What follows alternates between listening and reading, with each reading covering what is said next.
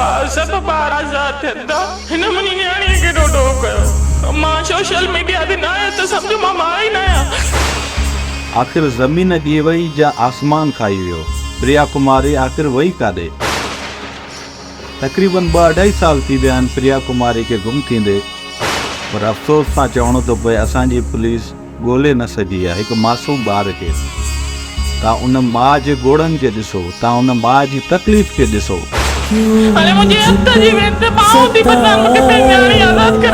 काश तव्हां इहो दर्द पाण ते महसूस कयो। तव्हां उन माउ जे ॻोड़नि खे ॾिसो, तव्हां उन माउ जी तकलीफ़ खे ॾिसो। क्या मेरी खता है बता मुझे, क्यों मुझको सताए औलाद ये, क्यों मुझको सताए औलाद ये। आख़िर ज़मीन ॾिए वई जा आसमान खाई वियो। प्रिया कुमारी आख़िर वई काॾे? तक़रीबन 2-2.5 साल थी विया आहिनि प्रिया कुमारी खे गुम थींदे, पर अफ़सोस सां चवणो थो पए असांजी पुलिस ॻोल्हे न सघी आहे हिकु मासूम ॿार खे। काश तव्हां इहो दर्द पाण ते महसूस कयो त हीउ केॾो वॾो दर्द आहे। तव्हां उन माउ जे ॻोड़नि खे ॾिसो, तव्हां उन माउ जी तकलीफ़ खे ॾिसो। ख़ुदारा उहो हिकु मासूम नियाणी आहे, उन जे लाइ आवाज़ु उथारियो। प्रिया कुमारी जी अमड़ हाणे दिलि हारे वेठी आहे।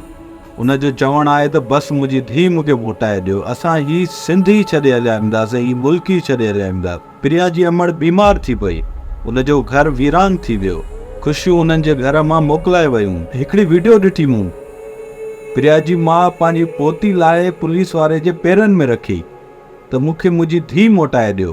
प्रिया जी माउ प्रिया जी जुदाईअ में खाइण पीअण छॾे ॾिनो।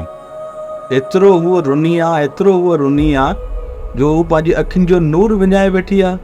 मां चीफ ऑफ आर्मी खे रिक्वेस्ट कंदुमि, आसिफ अली ज़रदारी साहब खे रिक्वेस्ट कंदुमि, मां बिलावल भुट्टो साहब खे रिक्वेस्ट कंदुमि त प्लीज़ ख़ुदारा प्रिया जी माउ ते रहम कयो, प्रिया ते रहम कयो, प्रिया जे पूरे ख़ानदान ते रहम कयो, पूरी सिंध ते रहम कयो।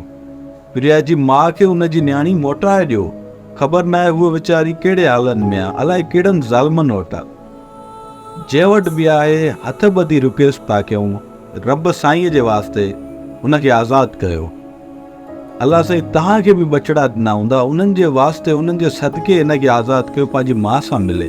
तव्हां छो हेॾा ज़ालिम बणिजी विया हो के माउ खां उनजो बचो जुदा था कयो? छा तव्हां अलाह खे मुंहुं न ॾेखारींदव छा? या सॼी ज़िंदगी तव्हां क़यामत ताईं हिते ई हूंदव छा इन दुनिया में? न भाईजान, होॾे बि हलणो आहे तव्हांखे।